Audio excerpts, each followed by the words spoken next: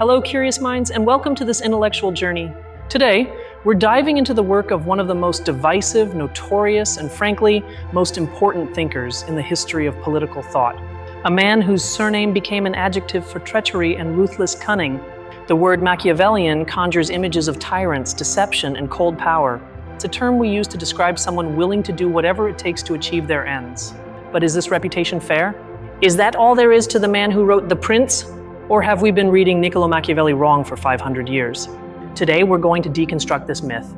We won't just scratch the surface of Machiavellianism. We're going to explore the man, the disgraced diplomat, and the philosopher who dared to look politics squarely in the eye without the veil of religious morality. We're going to understand why his work is considered the starting point of modern politics. Before we begin, a quick note. To bring this narrative to life, I've used artificial intelligence tools to generate the images you see. Think of them as a canvas, a way to illustrate the ideas and the atmosphere of what we're discussing.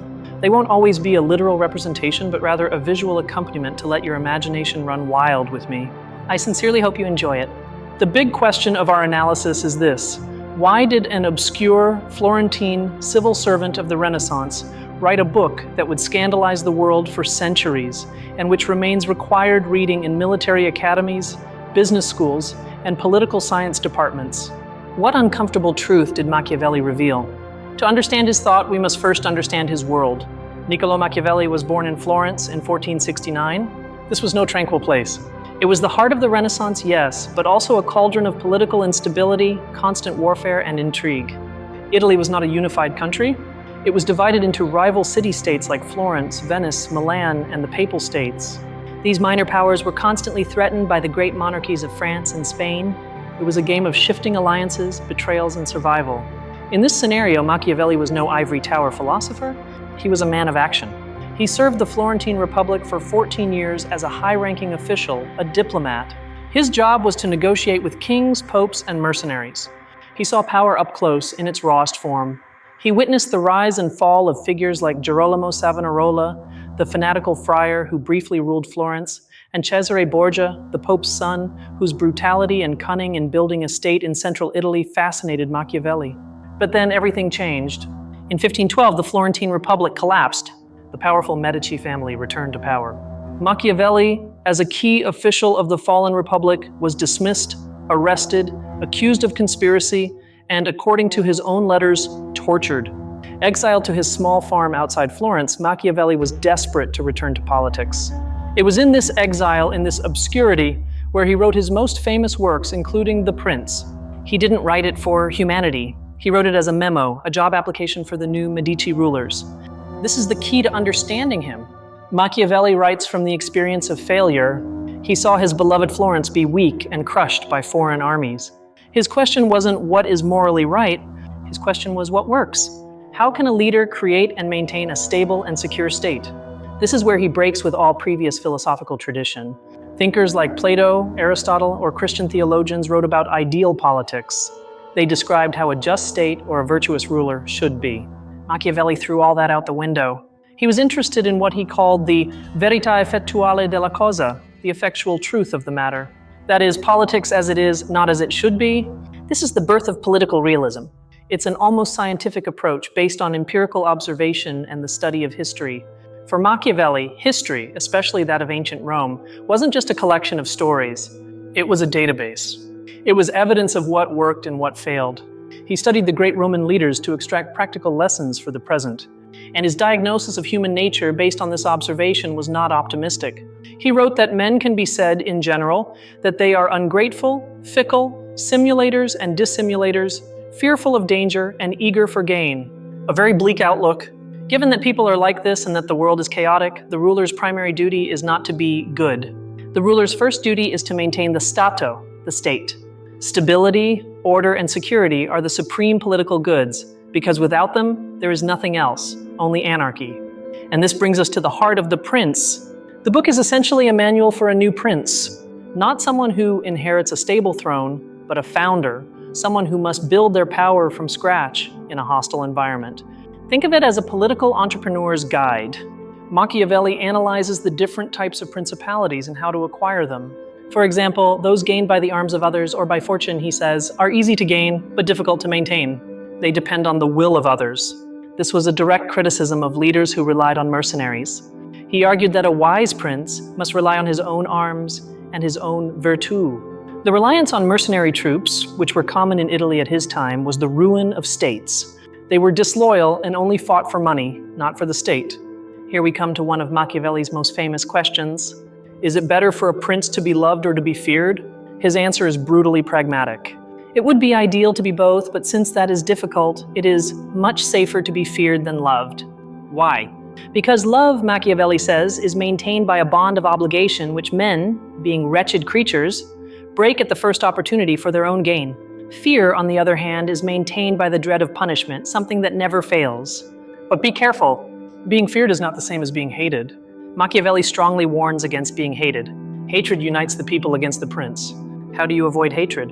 It's simple, he says, by abstaining from the property of his citizens and his subjects and their women. In short, don't touch people's property or their family honor, and they will fear you in a healthy way without hating you. It's a cold calculation. The security of property is the basis of loyalty, or at least of obedience. Now, the most scandalous topic, cruelty. Should a prince be cruel?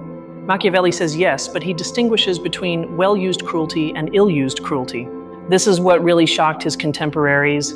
Ill-used cruelty is that which is continuous, unnecessary, and increases over time. It generates hatred and instability. Well-used cruelty is that which is committed all at once, at the beginning of the reign, to secure power, and is then not repeated. Its goal is ultimate stability. He gives the example of Cesare Borgia, who pacified the Romagna region. Borgia appointed a brutal governor, Ramiro de Orco, to impose order by any means. Once Ramiro did the dirty work and became hated, Borgia, to win over the people, had him arrested and publicly executed, cut in two in the piazza. Machiavelli admires this action. It was brutal, yes, but it was swift. It achieved two things. It pacified the region and at the same time distanced Borgia from the cruelty, leaving the people satisfied and stunned. It's a perfect example of well-used cruelty. This brings us to the separation of ethics and politics. Machiavelli is the first thinker to say bluntly that a prince who tries to be good at all times in a world that isn't will destroy himself. The prince, he says, must learn how not to be good and to use that capacity, or not use it, according to necessity. The leader's morality is not the same as that of a private citizen. The leader's morality is judged by a single criterion, the success and survival of the state. Here is where the idea of reason of state is born. The idea that actions that would be crimes for an individual, such as lying or even killing, can be necessary and even virtuous if they are for the good of the state's security and stability. It's a dangerous idea, but central to modern politics. Machiavelli also talks about public image. The prince doesn't need to possess all good qualities such as being pious, faithful, or religious, but it is absolutely necessary that he appears to have them. Politics is to a large extent theater. He says that everyone sees what you appear to be, but few feel what you are. And since most people judge by appearances and the common folk are swayed by results, maintaining a facade of virtue while acting pragmatically is essential for power. In fact, he warns that being genuinely virtuous in the Christian sense can be a disadvantage.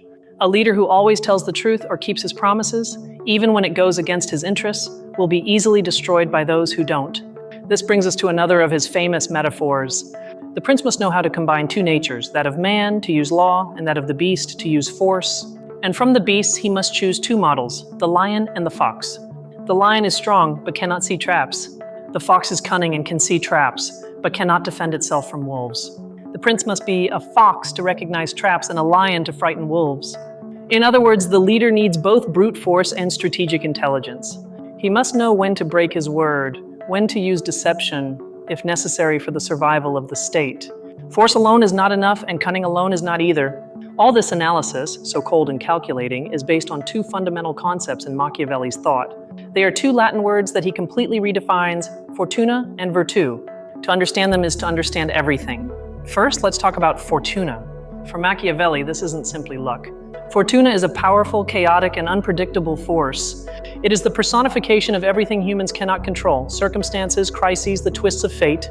He uses a powerful metaphor. Fortuna is like a raging river that floods valleys, destroying everything in its path. When the river is calm, people do nothing, but when it rages, it's unstoppable. Machiavelli estimated that fortuna controlled perhaps half of our actions. So are we helpless? No.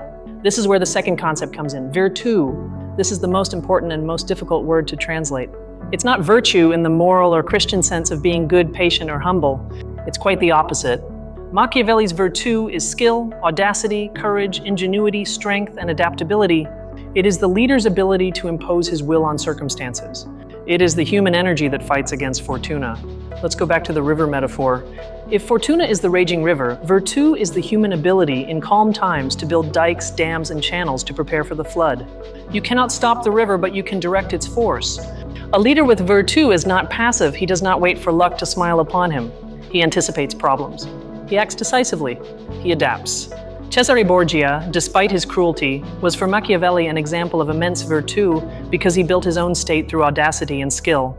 Machiavelli even uses a rather violent and misogynistic metaphor, saying that Fortuna is a woman and that to control her, it is necessary to beat and coerce her. This reflects the mindset of his era, but it illustrates his idea: virtù is active, aggressive, while Fortuna is passive and must be dominated. The ideal leader, therefore, is one who possesses maximum virtù and depends as little as possible on fortuna. The one who builds his power on his own arms, his own laws, and his own skill, that is the one who will endure. Now, all of this sounds terribly authoritarian, and it is. The Prince is a manual for an autocrat. But here comes Machiavelli's great paradox. If we only read The Prince, we would have a very incomplete picture of him. Because at the same time he was writing The Prince, Machiavelli was working on his magnum opus, much longer, and for him more important, Discourses on Livy. In the Discourses, Machiavelli reveals his true political sympathies. He was not a lover of tyrants. He was a Republican at heart. His ideal model of government was not a principality, it was the Roman Republic. So how do we reconcile this? Why write a manual for tyrants if you love republics? The answer is context. Machiavelli believed that republics are the best and most stable system of government, but they only work where there is civic virtù in the people. In a place like ancient Rome, with patriotic citizens and strong laws, the republic is superior. But in a place like Italy of his time, corrupt, divided, and weak, the material was corrupt. In such a state of chaos, only a new prince with an iron hand could forge a state from scratch. The Prince was emergency medicine, a brutal surgery necessary to save the patient. The Discourses were the long-term health regimen for an already stable patient. In the Discourses, Machiavelli argues that republics are in fact stronger, wiser, and more durable than principalities. Why? Because the collective judgment of the people, though sometimes mistaken, is in the long run more stable than that of a single prince. Here he also breaks with tradition. Most philosophers of his time viewed social conflict, like the struggles between nobles and the people in Rome, as something bad, like a disease of the state. Machiavelli, on the other hand, saw it as the very source of Roman liberty. He argued that this tension, this disorder controlled by law, prevented a single group from becoming too powerful. Conflict channeled by good institutions, like the Senate and the tribunes of the plebs, was what made Rome great, a radically modern idea. So we have two Machiavellis: the Machiavelli of the Prince, who teaches a solitary leader how to use force and deception to create a state, and the Machiavelli of the Discourses, who teaches a people how to maintain that state through good laws, civic virtue, and healthy conflict. In fact, The Prince ends with a passionate chapter, chapter 26. After 25 chapters of ice-cold analysis, the mask falls. It's an exhortation to liberate Italy from the barbarians.